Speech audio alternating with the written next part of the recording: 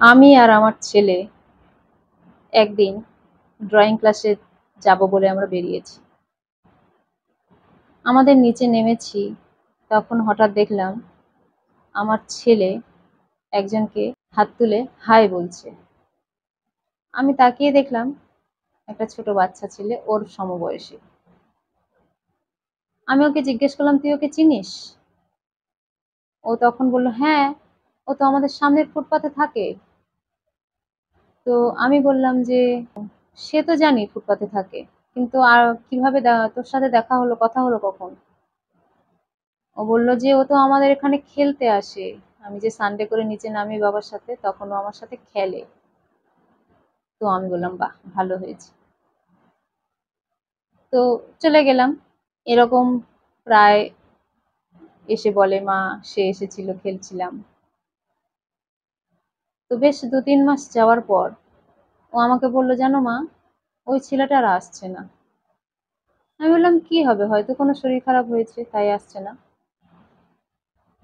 একদিন আমার হাজবেন্ড একজন মাসিমাকে আমাদের ঘরে নিয়ে আসে প্রসাদ খাওয়ার জন্য। আমি তাকে প্রসাদ দিই, আর কথায় কথায় সেই বাচ্চাটির প্রসঙ্গ আসে। আমি বললাম, মাসিমা, তুমি ওকে চেনো?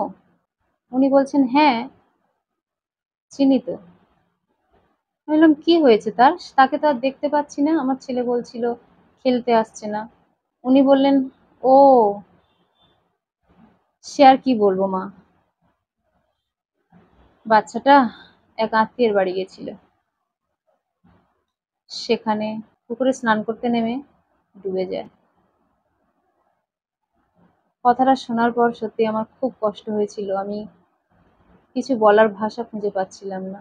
তখন আমি আমার ছেলের মনটা বুঝতে পারিনি যে ও কষ্ট পেয়েছে কি কি কিছুই ওকে দেখে আমি বুঝতে পারিনি। তারপর একদিন আমরা সবাই ফুটপাথের উপর দিয়েই যাচ্ছিলাম মেট্রো ধরবো বলে। তখন আমার ছেলে আমাকে দেখিয়ে বলল, মা, এদিকে তাকাও। তো আমি তাকিয়ে দেখলাম যে দেওয়ালের কোল থেকে ফুটপাত শুরু, সেই দেওয়ালের একটা ছোট্ট মতো খোপের মধ্যে সেই বাচ্চাটির ছবি, এবং তার সামনে ধূপ বাতি, একটু ফল, মিষ্টি, জল এইসব দেওয়া রয়েছে। দেখলাম তার মা বাবা দুজনেই ওখানে আছে, এবং বাচ্চাটার ছবির সামনে এগুলো ওনারাই দিয়েছেন। দেখে আমার মানে বুকের মধ্যে যে কি হচ্ছিল সেটা বলে বোঝানোর মতো নয়। আমার ছেলেও আমার কাছে বলছে, জানো মা, কি সুন্দর খেলতে আসতো। আমি প্রসঙ্গটা ঘুরিয়ে দেওয়ার জন্য, যাতে ওর কষ্ট না হয়, আমি বললাম, ঠিক আছে বাবা, কি আর করা যাবে, বলে ওকে নিয়ে চলে গেলাম। কিন্তু সারাটা রাস্তা আমার মনের মধ্যে যে তোলপাড় হয়েছে সেটা কাউকে বোঝানো যাবে না। তো এটা কোনো মিথ্যে গল্প নয়, এটা একটা সত্যি ঘটনা।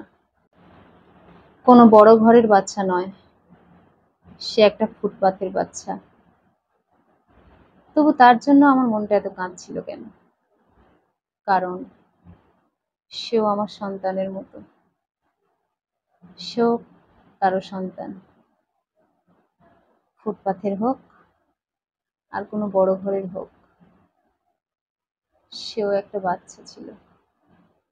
আমার সন্তানকে কখনো আমি এটা শেখাবো না যে ও ফুটপাথের বাচ্চা, ওর সঙ্গে খেলো না।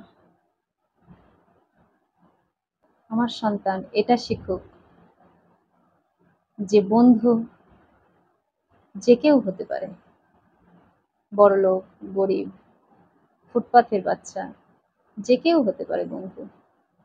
আর সেই বন্ধুর জন্য মনটাও কেঁদে উঠতেই পারে।